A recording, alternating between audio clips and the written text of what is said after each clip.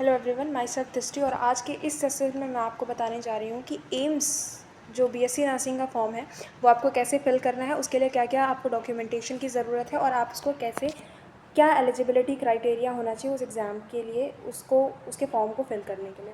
तो जो एम्स है, इंडिया का जो हाईएस्ट लेवल मेडिकल इंस्टीट्यूशन है, वो बीएससी नर्सिंग का प्रोग्राम कंडक्ट करवाता है। बायोलॉजी के स्टूडेंट जो हैं, जिनके पास पीसीबी है सब्जेक्ट प्लस इंग्लिश होना मैंडेटरी है, वो इस एग्ज़ाम में अपीयर कर सकते हैं। केवल गर्ल्स के लिए ही एम्स जो है वो ऐसा प्रोग्राम को कंडक्ट करवाता है। बॉयज़ इसके लिए एलिजिबल नहीं है। उनकी जो एज होनी चाहिए वो 17 ईयर्स टू 45 ईयर्स के बीच में होनी चाहिए। इसके अलावा जो आपका पीसीबी प्लस इंग्लिश में जो ओवरऑल जो नंबर मार्क्स होने चाहिए वो जनरल कैटेगरी, ओबीसी और ईडब्ल्यूएस के लिए 55% होने चाहिए, और जो एससी एसटी कैटेगरीज़ हैं उनके लिए ये जो मार्क्स होने चाहिए वो 50% होने चाहिए।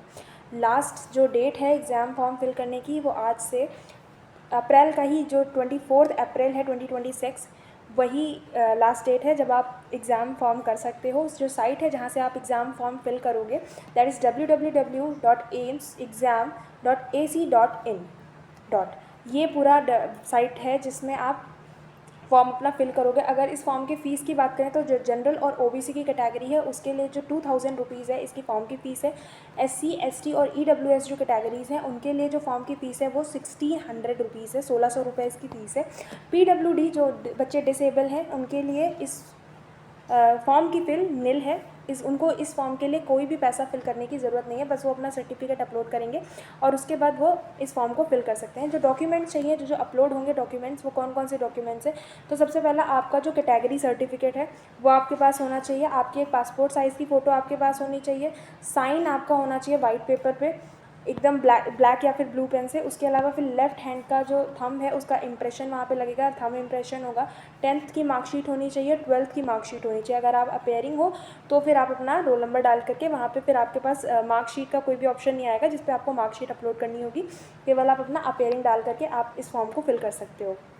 उसके अलावा फिर अब बात करते हैं, वहाँ पे आपका अपना मोबाइल फ़ोन होना चाहिए, क्योंकि फ़ोन नंबर आप वहाँ पे अपना अपलोड करोगे, उस पर ओटीपी आएगी। एक ईमेल आईडी होनी चाहिए जिस पे ओटीपी आएगी, वो भी आपको बताना होगा। आपका आधार नंबर, आधार कार्ड आपके पास वहाँ पे प्रेजेंट होना चाहिए। इसके अलावा और क्या क्या होना चाहिए, तो सेंट्रल जो गवर्नमेंट फॉर्म, आपके पास जो सर्टिफिकेट्स होंगे तो वो जो फॉर्मेट होगा, जो उनके फॉर्मेट्स जो बनेंगे वो सेंट्रल गवर्नमेंट फॉर्मेट होने चाहिए। सेंट्रल गवर्नमेंट फॉर्मेट में ईडब्ल्यूएस और ओबीसी का जो सर्टिफिकेट होगा वही मान्य होगा। उसका जो फॉर्मेट होना चाहिए वो सेंट्रल गवर्नमेंट की तरफ से ऑथराइज्ड होना चाहिए।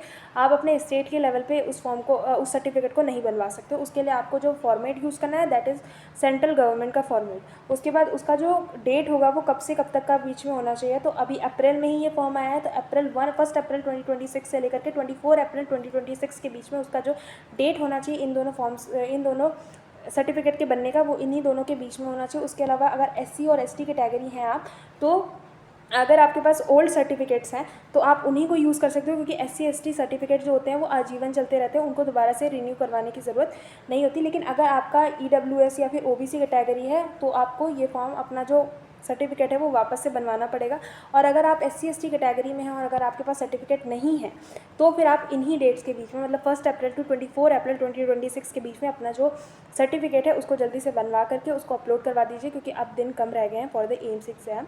और अगर आपको इस एग्ज़ाम, एक और बहुत इंपॉर्टेंट चीज़ कि एम्स हमें क्यों चाहिए, क्योंकि वहाँ पे बीएससी नर्सिंग स्टूडेंट्स के लिए कोई भी फीस नहीं है, आपको एकदम फ्री ऑफ कॉस्ट पढ़ाई होगी वहाँ पे। तो ये बहुत ही ज़्यादा अच्छी अपॉर्चुनिटी है। लेकिन जो एग्ज़ाम पेपर है वो सीबीटी बेस्ड होता है, कंप्यूटर पे आपको पूरा बेस पेपर मिलेगा। और थोड़ा सा जो हमारा स्टेट लेवल का जो सीनेट, यूपी सीनेट का एग्ज़ाम है, उससे थोड़ा सा जो उसका पेपर का लेवल होता है वो थोड़ा सा ऊपर रहता है, मॉडरेट से हल्का सा ऊपर की कैटेगरी में वो पेपर रहता है। तो आपको प्रिपरेशन बहुत अच्छी करनी पड़ेगी। And all the best. अगर आपको इस पूरे क्लास से रिलेटेड कोई भी फॉर्म फिल करने में कोई भी क्वेरी हो then you can ask me in the comment section. Thank you so much. जल्दी से जाइए अपना फॉर्म फिल करिए। और BSc nursing is a very good opportunity, very good programme for you all. और आप इसको करने के बाद आप अपनी ज़िंदगी में काफ़ी आगे जा सकते हैं। Thank you so much.